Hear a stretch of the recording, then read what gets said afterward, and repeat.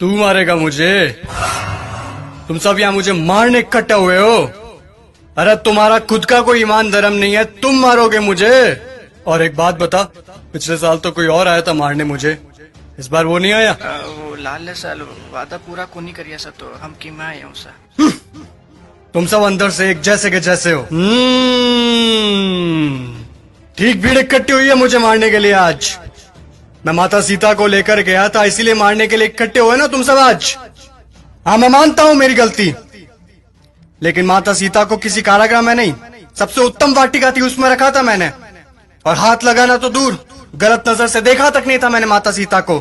और तुम्हारे यहाँ छोटी छोटी बच्चियों को दरिंदे उठाकर लेकर चले जाते हैं, उनके साथ रेप करते हैं। उनको तो तुमने कभी ऐसे इकट्ठा होकर जलाया नहीं। वो दरिंदे क्यों खुलेआम घूम रहे हैं आज भी, मुझे ये बताओ। आए मुझे जलाने। अब चोटे तू बता।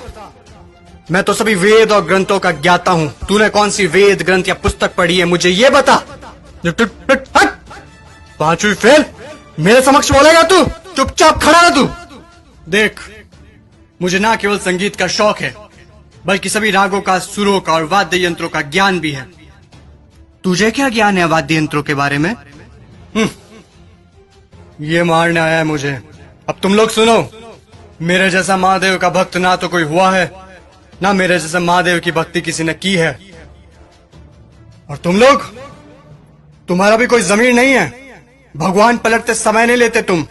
काम हुआ तो ठीक, तो चलो महादेव के पास, हुए तो चलो महादेव के, नहीं हुए तो चलो इस बार बालाजी के चलते हैं। क्या हुआ? गुस्सा आ रहा है मेरे ऊपर? तुम लोग मेरे बारे में क्या सोचते हो मुझे कुछ फर्क नहीं पड़ता, लेकिन एक बात कान खोल के सुन लो, मैं चाहे कैसा भी हूं, लेकिन तुम्हारी इस मंत्री जैसा कदापि नहीं हूं मैं। मेरे राजपाट में जनता प्रसन्न रहती थी, खुश रखता था मैं उन्हें।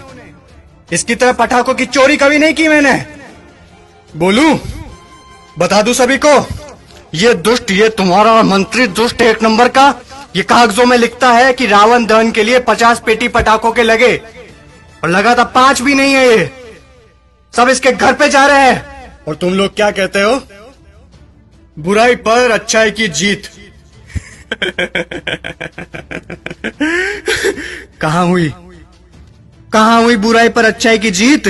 जब तक तुम्हारे मन में चोरी, गद्दारी, लालच, वासना, द्वेष, अहंकार जैसी भावनाएं जीवित है, बुराई कैसे मरेगी? बुराई मर ही नहीं सकती। तुम लोग मुझे खत्म करने आए हो ना? अरे मेरा खात्मा तो मेरा अहंकार कभी कर चुका। अब अगर मारना है, जलाना है, तो अपने अंदर छुपे रावण को जलाओ, उसको मारो। सच्चाई और अच्छाई को अपना लो, बुराई अपने आप खत्म हो जाएगी। और अगर तुम मुझे जलाने के उद्देश्य से ही आए हो, तो मैं तुम्हें बता दूं कि सिर्फ छोटे बच्चे ही आज की तारीख में मुझे जला सकते हैं, क्योंकि उनके अंदर चोरी, गद्दारी, लालच, घृणा, वासना, द्वेष, अहंकार जैसी भावनाएं नहीं है। असल में वही हैं ईश्वर का स्वरूप। ए लड़के, लगा दे आग, फिर से जला दे। अगले साल फिर आऊंगा मैं जलने के लिए, लेकिन अगले साल मैं देखूंगा कि आप लोगों ने अपने अंदर के रावण जलाए या नहीं। खुश हैं अभी आप सब? एक बार फिर से आपका रावण जल रहा है।